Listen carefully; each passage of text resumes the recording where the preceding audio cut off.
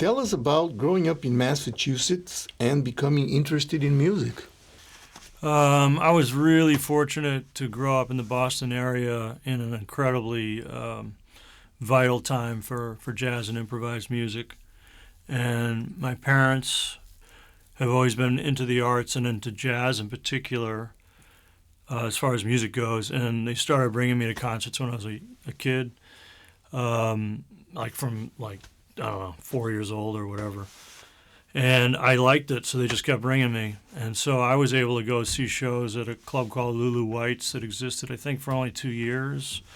The Jazz Workshop, Paul's Mall, the Willow, a bunch of concerts. I mean, lots and lots of different clubs.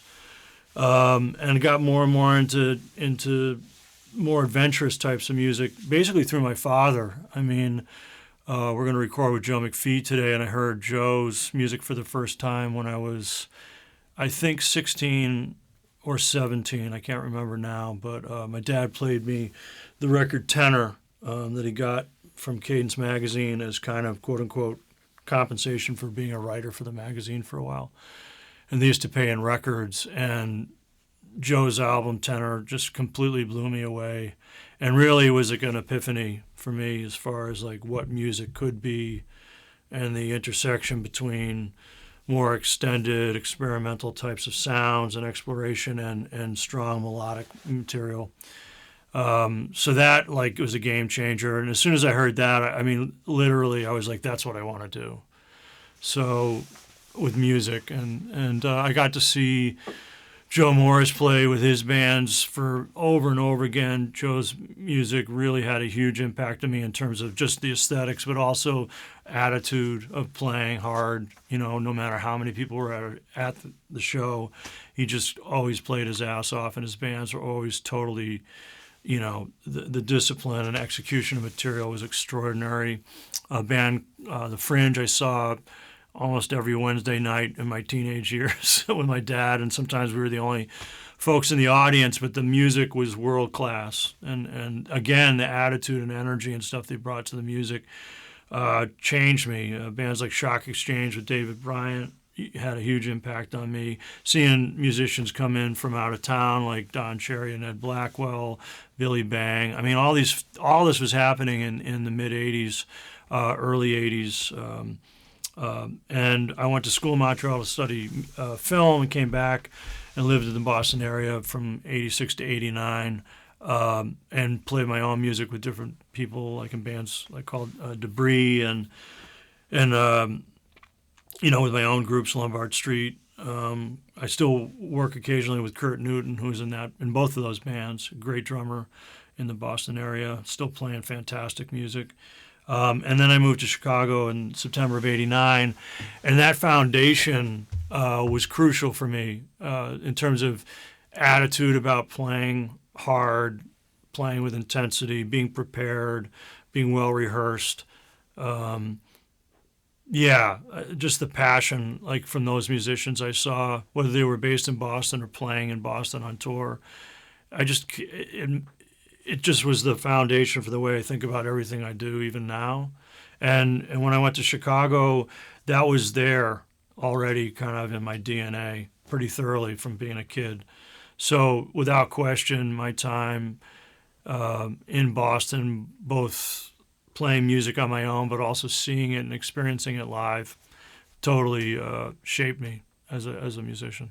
Many of the previous sax players here interviewed for this project have had early training unrelated to jazz music, not related to jazz music. They were exposed to military bands or this and that. See. What about you? Okay. My early training as a listener and like trying to figure out how to play music was really rooted in jazz and improvised music. And it kind of has evolved from there. I mean, I'm a little unusual that someone from my generation grew up listening to jazz all the time and didn't start listening, let's say, to rock music or some other kind of type of music and then getting into jazz. I went the other way because that's what we listened to at home, and that's the kind of conscience I went to as a kid, were all jazz-related things, improvised music-related things with my dad. So I started getting into rock music and other kinds of music when I went to college, when I went to school in Montreal, because basically no one listened to the kind of music I listened to. And I realized I just love music, actually. That was kind of crucial. So my foundation really is connected to improvisation and jazz, and then expanded later. I kind of did it in reverse. Okay. Did your father's writing about jazz for Cadence Magazine and other publications have a big influence? Well, I mean, my father's writing about music, maybe less so, but I would say in terms of impact on me, but the way he would articulate his thinking about music was really crucial. I think all the musicians I work with are extremely articulate about what they do.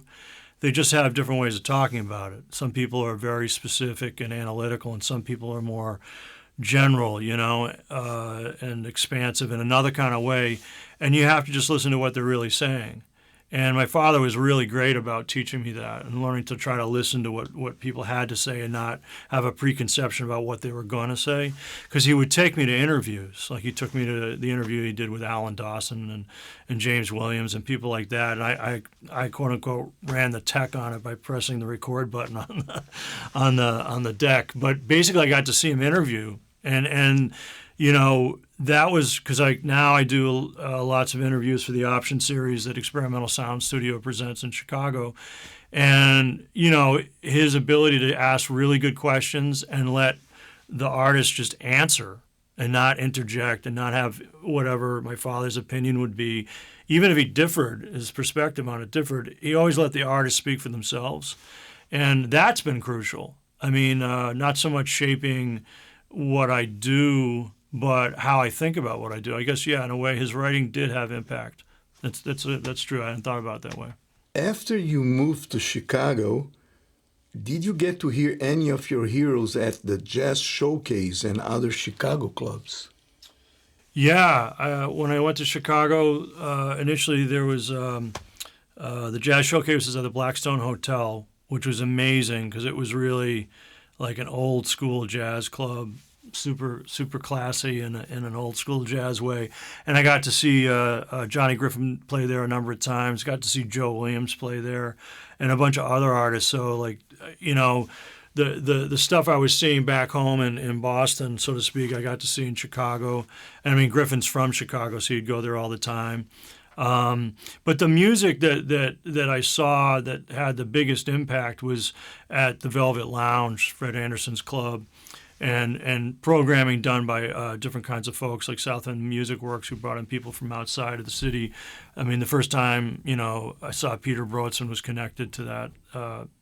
I think that was at the Hot House. So there was these other clubs that were more devoted to, let's say, adventurous improvised music and less mainstream jazz, and that's where I was going. I mean, by the time I got to Chicago, I was completely committed to trying to play music, my own music and other kinds of original music. So I went to where that stuff was happening, and I got to see, talk about heroes. I mean, I got to see and play with Fred Anderson, who was like a major figure for me, and then met musicians from Europe in Chicago for the first time when they came through, and concerts John Corbett organized. So yeah, I've been very fortunate to get to see and meet, in some cases play, like with Joe McPHEE, like today, people that I idolized as a kid and frankly still idolize now. I just get to work with them. All right. You seem to have pursued writing out specific compositions while also having a freer, less precise approach. I don't know what he means by that. I don't know what he means. I don't know what he means either. Okay, we can skip the question. Next. Sometimes you have done projects honoring some of your favorite composers like Sonny Rollins and Cecil Taylor. Please comment on that. Well, I think for me, my big passion in music is the dialectic between composition and improvisation.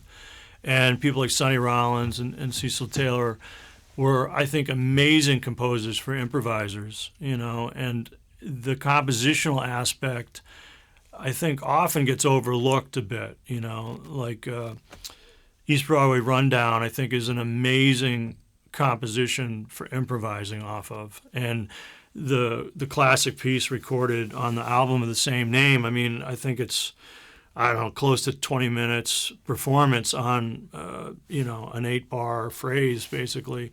But when you hear that, I mean, I've played that tune a bunch of times, and it's like it just kicks you into all kinds of energy, all kinds of ideas. And that's the thing, when you write music for improvisers, it's not through composed.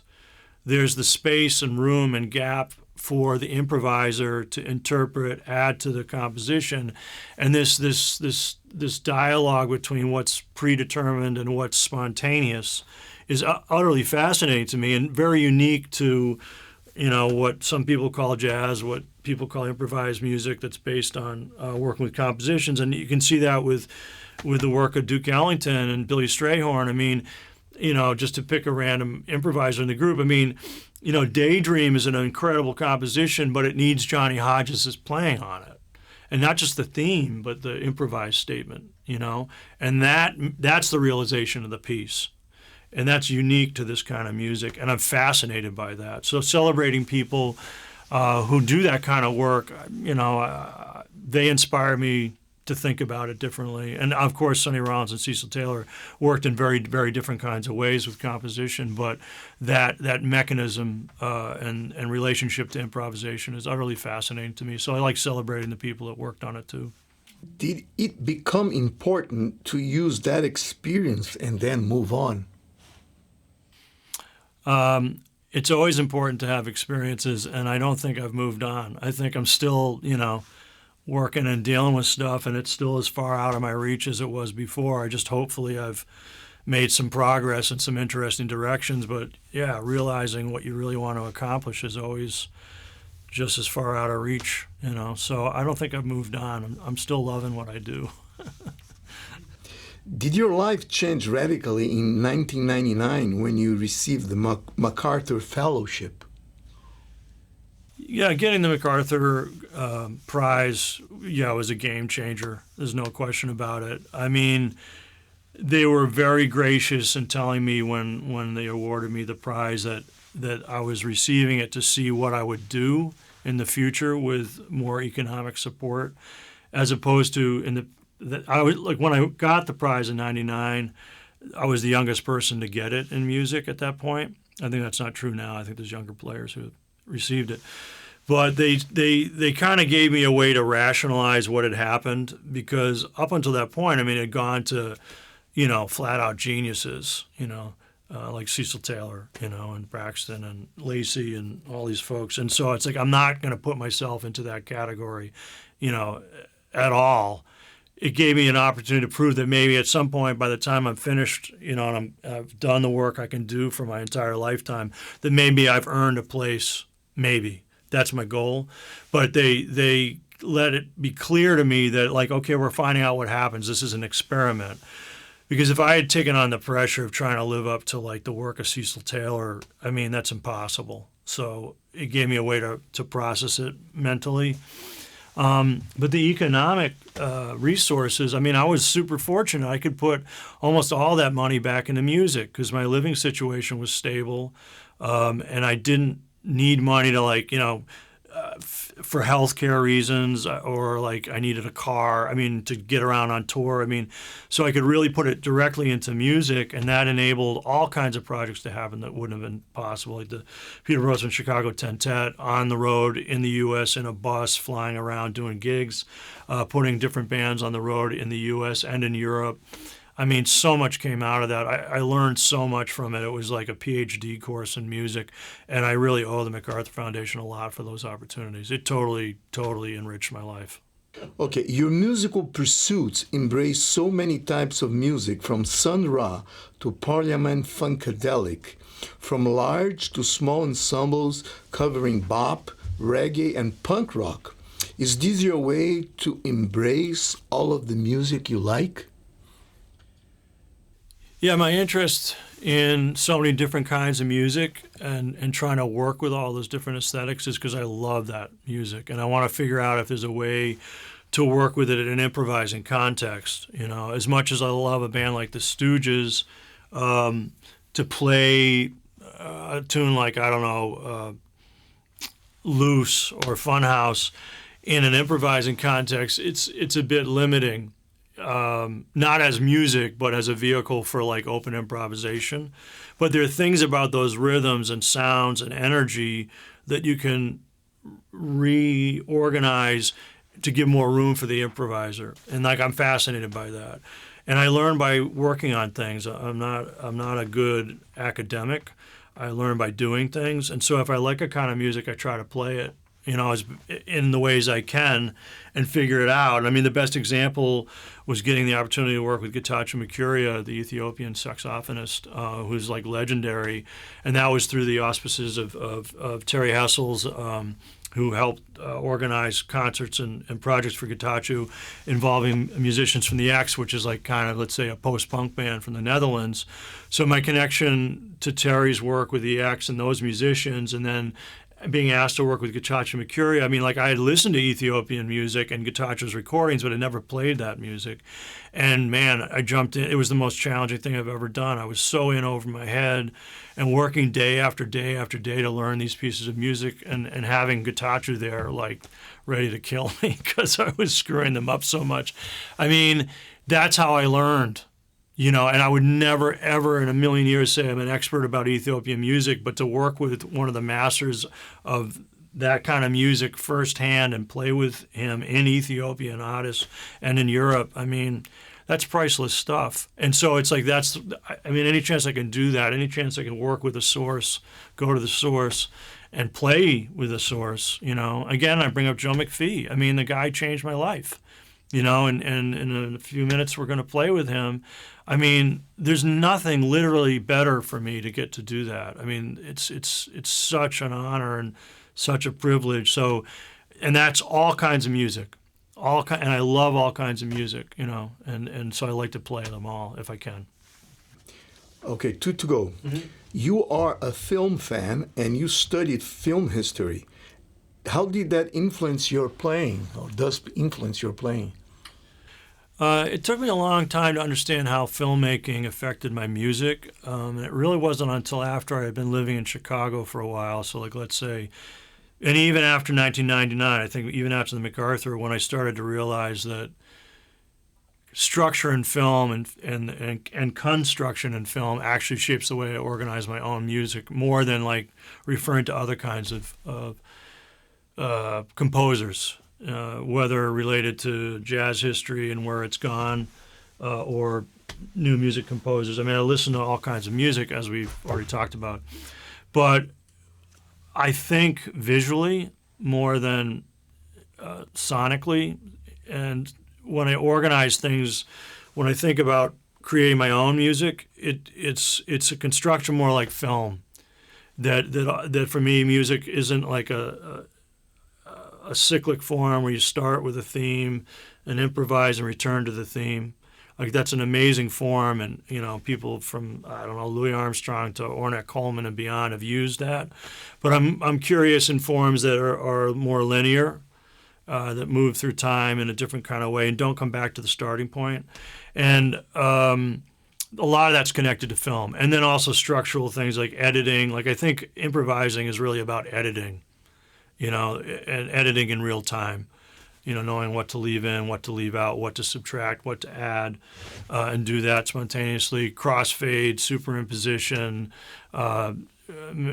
setting up a shot, all these kinds of, and the different ways that filmmakers work with editing, and construction, So, yeah, someone like Orson Welles in the opening of Touch of Evil, that very famous shot, doing so much in one long take, to like all the varied cutting that like someone like Stanley Kubrick would do, just to use those random examples. Or Chantal Ackerman's work, with Jean Dielman, like a totally different way of thinking visually. But when I saw that film, like the energy that I got from it was like, there's a whole nother way you can make music based on what I was seeing, from my own sensibility. So filmmaking has been huge. Absolutely huge for me. Interesting. Okay, last question. How do you feel about being in this type of project along with 11 other saxophonists playing with Ivo Perelman? How did it go today playing with Ivo Perelman?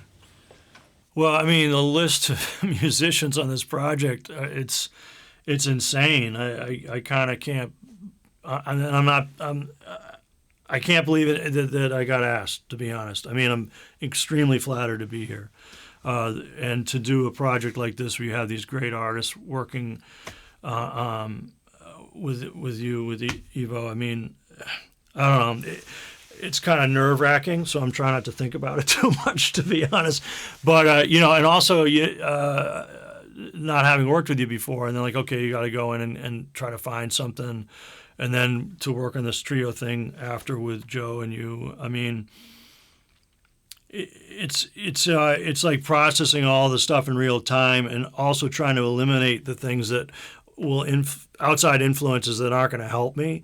So like I'm super honored to be here, but I'm also like trying not to think about the other stuff that's been recorded already because I need to focus on the job at hand.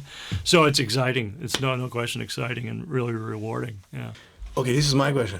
Could you be more specific about the music contents today? Because usually playing first time with any musician, it's a double-edged sword. It enhances your being on your toes and heightens your sensibility and open windows of perception. But it can be nerve-wracking, and especially if it's a pressure situation like today. Considering this perspective, how was the first time, the music contents, the exchange, because a lot goes on when you're exchanging a lifetime of music experience, especially with another sax player. So could you comment on that? Well, it's always interesting to improvise with another reed player because there's so many layers of history there. There's the individual history, like my history, and then the person you're playing with, like, you know, Ivo. And then there's the history of the saxophone and clarinet and all that, like weight, you know, it's like there's a lot going on to contend with. So the only way I can do it is like just be in the moment and say, okay, this is what we're generating now. And it was like very open as far as what we could do. You know, there was no like, well, let's do a piece like this. It's just like, let's find, no, we're not doing that. We're not going to self-describe stuff beforehand. Let's just jump in and find what we find. And I prefer that because that makes the music, it has no constraints, you know, and you can discover things. And it was interesting for me, not knowing Ivo's playing well at all, to be honest, you know, because I came into it wanting to have like a clean slate, so I didn't do a bunch of research before. It's like normally in a duo situation, I'll lay out more and have it like kind of be a more conversational. But in this case, it was interesting because for some reason it was like I just felt like I wanted to run in parallel and kind of move in intersections as opposed to having gaps and whatnot. So like the playing was very, let's say, serpentine and wound, which surprised me because it was like from the beginning, it's like, okay, we're going to go into this set of paths. And yeah, exploring like the higher register on the tenor for him, and then for me, like working in that register in the clarinet and almost masking which horn was which. All these things just came out of just playing together. And, you know, so Ivo's got his history, I've got mine, there's all the other histories we're aware of. But the only thing that matters is the moment, you know, and I felt like that's what was happening. So for me, that's super gratifying.